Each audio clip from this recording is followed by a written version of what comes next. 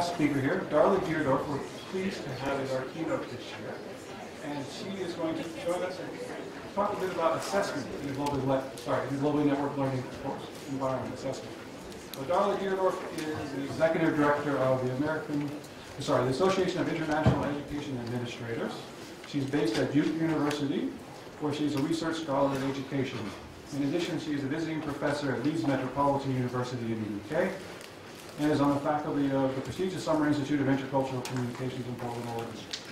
She receives invitations from around the world to speak and consult on intercultural competence and assessment, such as the invitation we gave her, global leadership and internationalization issues, and is a noted expert in these topics. She has published widely on topics of international education, and intercultural learning and assessment, including the Sage Handbook of Intercultural Competence and Building Cultural Competence. She designed and teaches an online intercultural learning course at the University of North Carolina at Chapel Hill. And there are some handouts in your packets from Darla's presentation today, as well as a short article she published in the IIU Network. And I'll hand it over to Darla.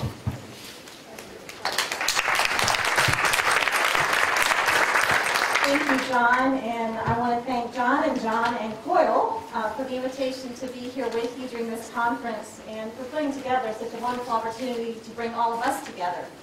And I've already heard some phenomenal sharing happening at this conference, and I think it's wonderful how we can be able to learn from each other.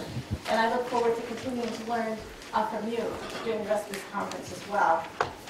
So I want to share with you some of what I've learned, and before I do, just a little bit more about my background. I am Executive Director of a National Professional Association that is based at Duke right now, Association of International Education Administrators. And just a note that we are honored to have two past presidents of AIEA in the room, past President Ileana Guevara from the University of Richmond, and the immediate past president, Susan Sutton from Bryn Mawr. So it's wonderful to have them here at this conference as well. However, I'm not here officially through AIEA, but as you heard through my work on intercultural competence and assessment as a research scholar at Duke University. So I'll be sharing with you some about that, and also inviting you to share. This will be a little bit interactive, especially here at the end of the day. I appreciate you all staying around, and I know I stand between you and the reception and even more sharing and fun times. So I appreciate you being here for this piece of it. John did refer to handouts, and I invite you now to, if you have them handy, you might want to take a look at them, because I just wanted to highlight some myths about intercultural learning. As we think about assessing globally networked learning, one of the key goals, certainly of COIL, is to teach and share about this global perspective, which is a key part of intercultural learning. And so when we think about what does it mean to assess globally networked learning, it's important to understand what leads to intercultural learning and what doesn't. And you'll see in the first page there, the handout, some myths around intercultural learning. Many of these you already know yourselves. I've heard several of them mentioned already today. But for example, if you look at basically the first six, they have to do with the premise that contact alone is enough and people will learn. And research is showing that that's not the case. Sometimes, yes, that will work, but not in every case. And sometimes it can have negative consequences. And so, if you see, for example, just being in the vicinity or online with those who are from different backgrounds is not enough. Just having an intercultural activity is not enough. Learning about the tip of the cultural iceberg is not enough. And how many of you are familiar with the iceberg concept of culture? Quite a few of you. Where what's visible about the culture, are the fun things, the music, the food, the dance, and so on. And it's, those tangible knowledge areas are often the places that get the focus, particularly from educators. And while that's a key way to maybe draw students in, for example, talking about the weather in Belize or so on, and it's kind of a fun way to draw them in, we have to go beyond that. We have to go much deeper. And you heard from the last presentation, the struggles with how do we get our students to go deeper, to really go beyond the pleasantries, to really, truly begin to learn about each other, which involves going beneath the tip of the iceberg and looking at what are those pieces that do cause confusion, that do cause misunderstandings. And so it's important in our courses that we're trying to push our students to address what's below the tip of the iceberg and not just staying at the top. Other pieces, you see there are myths about you don't need to prepare students. You can just throw students together and they'll learn. The more uncomfortable, the better. These are pieces that we've heard for years, but again, the research is showing really what it takes is much more in terms of preparation, working with students, guiding students, helping them debrief from what they're experiencing and what they're learning. So all those are key pieces. If you look at myth number 7 about language fluency or cultural knowledge is sufficient, again, it goes beyond that. That it's not just about language, it's not just about learning the knowledge of a particular culture. Same way with having an instructor from a different background, not sufficient, as some of you will definitely know. And I'm sure you've run across people who have spent a limited amount of time in another culture, even maybe just 1 week or a few days, and come back and say, oh, let me tell you, I know about that culture now. And so being aware of that piece as well. And then the last one has to do with assessment, and oftentimes within the field of international education, which is the field that I'm in, traditionally it's been measured by numbers. How many students are we sending abroad? How many international students do we have? How many students complete an inline course? But there's much more to assessment than that. And particularly with globally networked learning, there are so many other dimensions that we can be assessing and need to be assessing. What I want to focus on is looking at the intercultural piece of it, and specifically how some of the different frameworks and theories may relate to this as we look at what does it mean to assess intercultural learning within globally networked courses. How many of you are familiar with Allport's contact hypothesis? Okay, a couple. In your handout, you'll see kind of a brief, very brief summary. But Allport wrote many years ago now that there were certain factors, certain elements that need to be in place for intercultural learning to occur. And you see those 4 there.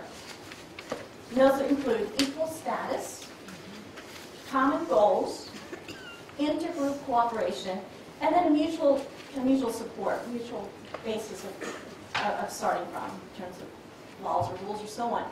If you think about globally networked learning, that fits it really well. And so it's just so exciting to see how globally networked learning can really fit into that meaningful intercultural learning that can occur. And so that's kind of Allport in a nutshell. There's a lot more we could say about him and his work. Earlier in one of the previous sessions, there was mention of Bennett's developmental model of intercultural sensitivity. And this is another framework that has guided at least some of the work in the international education field. And the bottom line to this DMIS framework is to just understand that our students and we ourselves are on a journey. And it's developmental in nature. And not all of our students are at the same place. And so we need to be careful about what assumptions we make about our students, about where they are in terms of learning interculturally. And according to Bennett, there are 6 different stages of intercultural development. Beginning with the first one, when cultural difference is not even noticed, it's not even seen, which is denial. Going to defense or polarization, which is a stage where a lot of students may be, in which case their differences are noticed, but one culture is seen as better than another. So either my culture is better, or in the case of study abroad students who go abroad, sometimes they will come back and say, oh, that other culture was fabulous, mine, not so good. And they might think that this is a sophisticated way of looking at the world, when in actuality it's still only the second phase of development.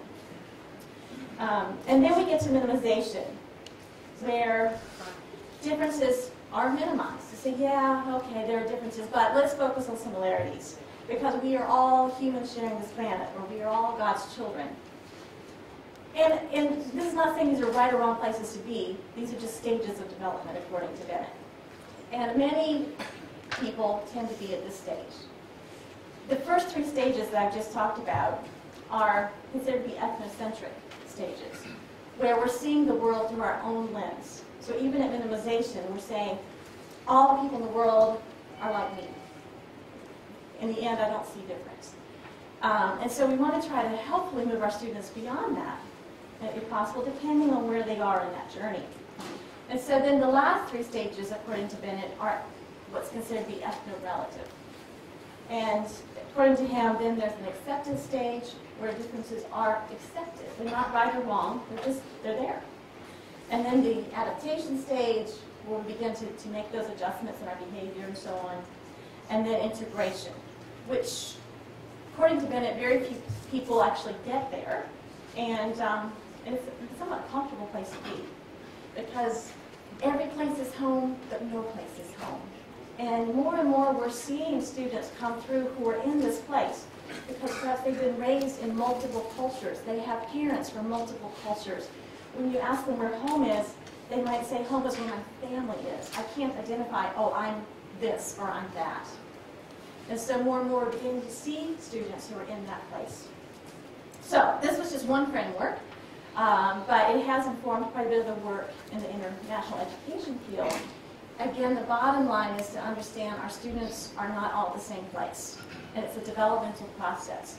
And as instructors, whether in face-to-face courses or globally networked courses, our job is to help these students in the developmental process and guiding them through their learning about other cultures. The last one I want to go into a little bit more with you is this intercultural competence framework. Intercultural competence has been mentioned several times today already. It is in some of the objectives or goals of some of the globally networked courses. And it's important to understand that there's been over 50 years worth of scholarly work done just in this one area in the United States. So it's not a new topic. It's been around for a while. And the work that I've done on this has resulted in the first research-based framework on intercultural competence. Up until that point, even with the scholarly work done on this, there was still lots of people putting out, here's a framework. Here's what I think it is. And so the research I did was trying to bring all these leading experts together to see if they could reach consensus on what is intercultural competence, because this comes back to assessing. If we're going to assess, we need to know what it is that we're assessing and how it's defined. And so when we look at intercultural competence, first of all, it goes by different terms depending on your discipline. And I know we have persons here from engineering, for example, in which the term is often referred to as global competence. In social work, in healthcare, cultural competence, business talks about cultural intelligence, lots of different terms used, and each field tend to have their own experts working on this research. So what is it then? I noticed that quite a few globally networked courses and online courses talk about having an outcome of cross-cultural awareness, which is wonderful, and that could certainly be an objective of the course.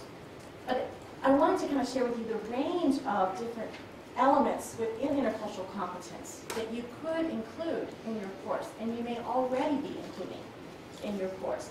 I'm curious, how many of you already include some aspect of intercultural competence or intercultural learning in your globally networked course or in the courses that you teach?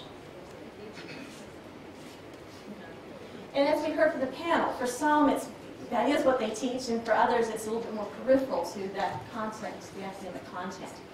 But globally networked courses have such potential for the intercultural learning that I'd like to invite you to think about how, if you're not currently including an intercultural outcome in your course, how could you do that?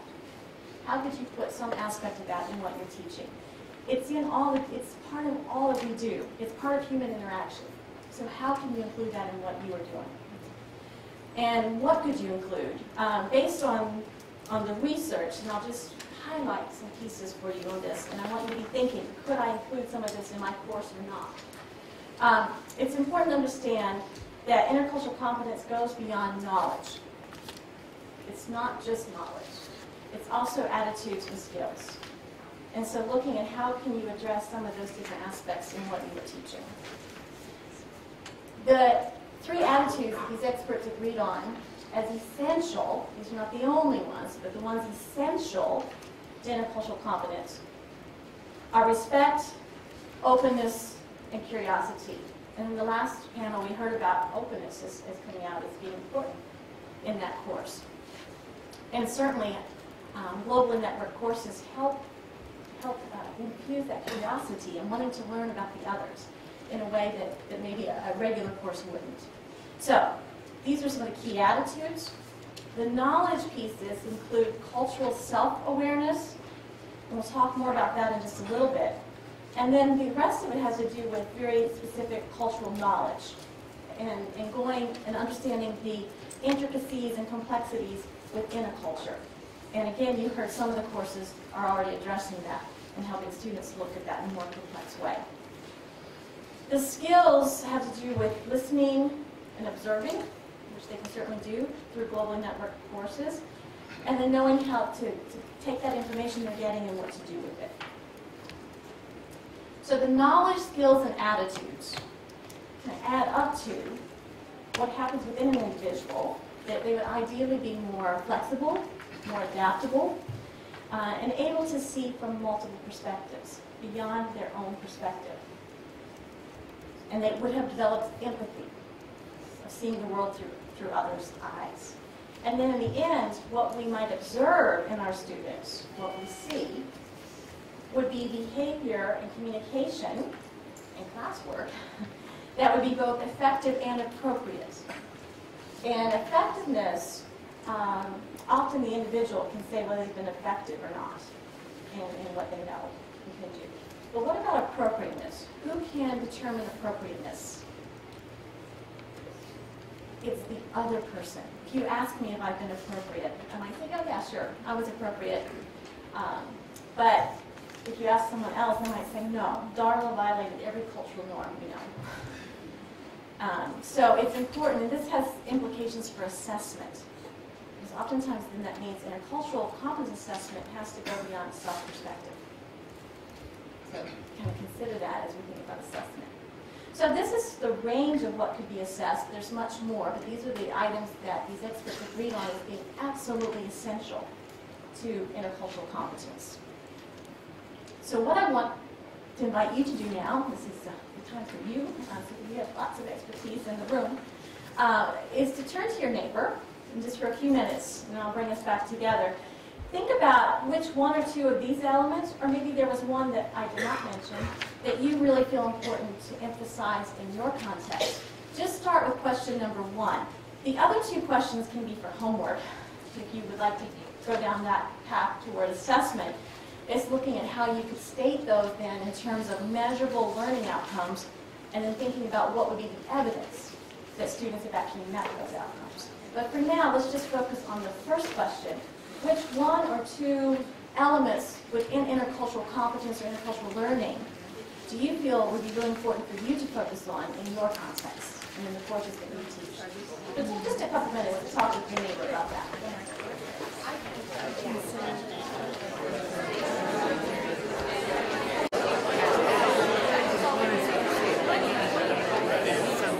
Thank you very much for sharing with each other. I have to agree with John. Ringing that bell is fun. Okay. I'd really like to hear from you. This is about learning from each other. What are some of the discoveries that you have had around intercultural learning and in your experiences? And if you could use the mics, please, we would love to hear maybe a few examples because there's such a wealth of expertise in the room.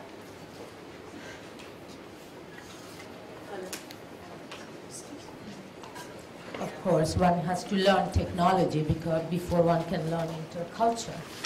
One of the things that I think that the globally networked classrooms can really achieve is something that you don't necessarily get in study abroad, which is to have discussions on larger global issues like freshwater issues or policies on certain things, because I think that it allows students to understand that their country has a certain policy which is focused on the needs of that country versus another one, and then to maybe do assignments where one talks about the other ones. So they almost change roles in terms of understanding that policies are different based on nations. So I mean, one of those things that I learned, apart from the whole cultural layers, is that it's a very good tool to understand the other country or those people's reasons for doing things a certain way. Definitely, that's an excellent point. Can you hear me with this? Okay. That these globally networked courses really allow for more focused discussion on global issues that may not happen as much in study abroad experiences. What else? What are some other discoveries for you? Yes, please. Yes, that it needs to be a two-way street. We had a Beirut and a Louisville, Kentucky, and Milwaukee link. Can you hear me? Yeah, turn it on. Everyone can remember to push the talk mic. Oh, thank you. I missed that. Okay, but we had Beirut, Milwaukee, and Louisville, Kentucky linked, and because we're coordinating as both American teachers, we focused a lot on the conflicts in the Middle East in a peace communication class, and the students in the Middle East told us, you know, we want to know about conflict in America. Don't you guys have any conflicts? So, you know, that it needs to be a two-way street so that it's mutually beneficial. That's a really key piece about making sure it's a two-way street, that it's mutual learning from each other. Thank you. Other discoveries? Yes? In our discussion here, we came to realize that because we're doing this all in English, that really becomes a very hegemonic filter for this communication. And the presumption is, well, you're going to be talking to us in English. Now, there's so many assumptions that underlie that kind of exchange that, I mean, it's very imperfect, becomes very imperfect from the get-go in terms of really understanding another culture. That's not to say that you couldn't, but in this type of environment, it's really on our terms, not on, quote, their terms. Okay. Yes, thank you. About the importance of looking at the language, then the role of language is being used. And when language is a window through which to understand how the other sees the world, we're only seeing one part of that if we're only using the English piece. Thank you very much. Yes. Hi, Alice Lesnick from Bryn Mawr College.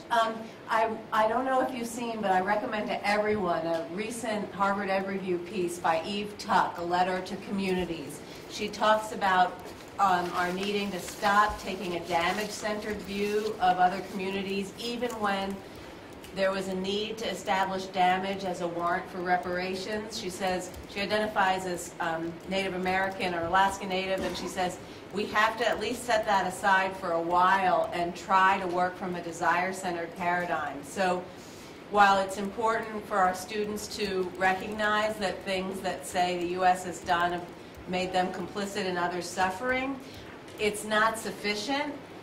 We have to somehow learn how to look at everybody as from a strengths-based perspective, and I don't think we know how to do that really well, kind of like as a species. And I think we need to get better organized around that. But our students are going to, the young students are going to have had a longer to work on that. So maybe we have to really encourage them. So encouraging a more holistic way of viewing these different issues from multiple perspectives and not just one particular approach. Yeah. Yeah. Thank you. Yes. Actually, the thing I see very positive in the project I'm on is that I started to look at truth differently, so no longer an ultimate truth, but it's more relative, depends on where you stand. Second thing is that developing intercultural competence is supposed also to develop along the way the spirit of tolerance. And I realized that the word tolerance has always been used with one adjective, which is tolerant. But I started to think about what if we replace it with tolerable, because most of the time you say I'm tolerant, and it's like you put yourself on the positive end of the continuum. I'm tolerating the others. But what about the others vis-a-vis you? Are you tolerable? Thank you. That's a very thought-provoking question for all of us. Thank you for sharing that. One last insight or discovery here.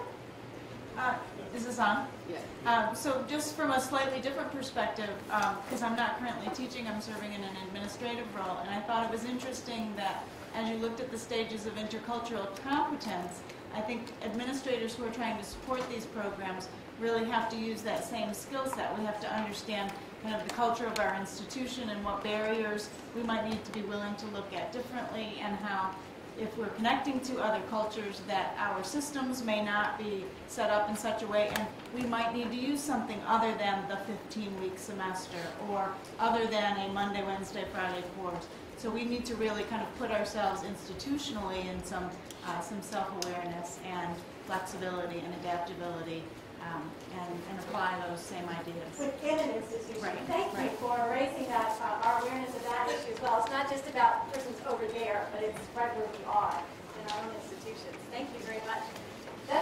There's so much I think that all of us could share about these discoveries, and hopefully at the reception and so on and throughout the day tomorrow we can continue to share.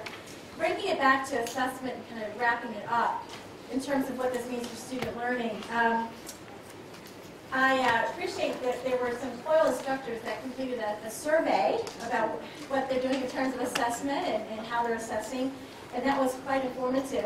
Kind of one of the secrets to assessment, based on kind of good assessment principles, is to start with the clearly stated measurable outcomes aligned to mission and goals. That being said, I understand what John said earlier about we still need to have room and space for the unexpected, because that will happen. And so I have seen examples of where, as an instructor, you might go in with, here are some specific outcomes for this course, but then leaving room for the students to add one or two of their own, based on what their own needs are in their own context. And or just simply being open to seeing what happens in the course. Some of you have already alluded to, there were some unexpected outcomes that you hadn't planned on. So being aware of all that, but still we need to know, where do we want to be at the end of the course? Where do we want our students to be, at least in part? Now, I have heard extremes of some professors who might walk in with no syllabus and saying, oh, we're going to spend the first week negotiating the entire syllabus, including the goals and outcomes. That may be a bit extreme, but at least kind of looking at a hybrid of that. But those stated measurable outcomes are an important piece for assessment, to know what we're doing. In terms of intercultural assessment, and with any assessment, it's important to align those outcomes with the measures. There are many, many measures available for intercultural. In particular, there's over 100 different instruments that have been designed to measure various aspects of intercultural development. Some of them are more reliable and valid than others. Those are considered to be indirect measures. I think one of the pieces that global network courses do very well is looking at direct evidence of student learning. And what are the direct measures? And some of the instructors in the COIL courses mentioned that they are getting this direct evidence through audio and video posts, blogs, tests, which would be more factual, but also through discussion posts and particularly the final projects that are done. So that is happening in global network courses. But it's important to use a combination of direct and indirect, not just to rely on free posts, for example. It has to be more than that. With the direct evidence, it's important to have well-developed rubrics. This could be a challenge when you're co-teaching a global network course to agree on what will the rubric look like. And I don't know, you may end up having two separate rubrics in the end if you're doing separate grading. But looking at that. And most importantly, you don't think anything else about it. Think about this, about how are you using the assessment data, particularly to give feedback to students, to help them continue with their learning and development. I think as administrators, we often tend to focus on program improvement, course improvement, and so on, which is part of it. But what about the students? In the end, it comes back to the students, and what are the students learning, and how can we help them? And what are we doing to help them with that? So in terms of kind of first steps or next steps, many of you are already well on this journey. 3 questions for you to think about in closing, and these are on your handout. Think about what is the intercultural destination for my students in that particular course? Where do you want them to be at the end? How will I help them reach this intercultural destination throughout the course? What am I putting in place to help support them to get them there? And those could be readings, they could be offline assignments, those could be group projects, and so on. But what are you specifically putting in place? Someone in a previous presentation mentioned scaffolding. How are you helping them get there? And then finally, asking yourself, how will I know when my students have reached that intercultural destination? Based on what evidence? So those are some kind of questions to help guide you in your next steps. And here are some resources. American Council on Education has a website in which they were working with institutions around the U.S. on international learning and global learning. There's a formal education abroad book called Guide to Outcomes Assessment within the study abroad context. North Carolina State University has one of the most extensive websites ever on assessment on higher education. It's not specifically just about this context we've been speaking about. And then I've written quite a few different pieces around looking at assessment within international education, including in the State Handbook of Intercultural Competence. So with that, I want to thank you very much for sharing with us, for being part of this discussion on some discoveries and ways we can look at assessing what we're doing. I want to applaud you on your efforts and say that what you're doing is so incredibly valuable to the future for our students and to helping them be better prepared in dealing with all that they have to deal with in the 21st century. So thank you for the role that you play in this, and thank you for sharing together in what we're doing.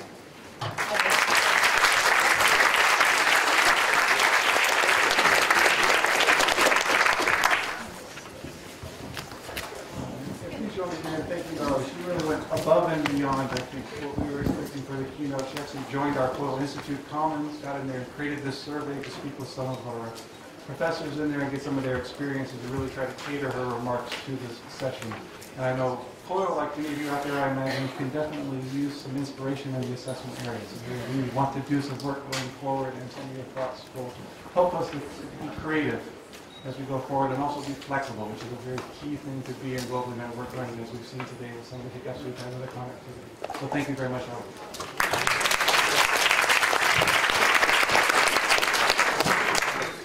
And just a couple of logistical things before we escape to the reception. So that we'll be starting again tomorrow at 9 a.m. in this room. Any of you who would like to leave your notes or conference bags or things here at your seat, you're welcome to do so. We'll be the first people back in the room tomorrow. Someone did mention that, unfortunately, there's a slight error in the attendee list. So the first two people on the list, Hope Adams and Mark Adams, if you want to email them, invert their email addresses. And for the reception, it's going to be directly next door at the Central Synagogue. It's about a 100-foot walk, about 30 meters. It's very easy. We'll have staff at the door as well, so they're down the road. So you want to go up the stairs here, out the main door of the Global Center, and turn right. As you go down the street, there's sort of a long ramp that'll take you right into the reception space. I know many of you brought luggage with you today. You're welcome to leave it here. The building will be open until 9 o'clock, so after the reception finishes. But the synagogue also does have a fair bit of luggage space over there as well, so if you feel more comfortable bringing it with you, you're welcome to do so. The exercise. We do have the signage posted over there. So there are signs for groups 1 through 9. So for those of you who want to try to track down who you were riding with earlier today and talk about the experience with them, it's a great opportunity to do so. They're set up in sort of a clockwise fashion, 1, 2, 3, 4, and going around. And I think that's it. So we invite you to join us next door at the reception for some food and some drinks and continue the discussion.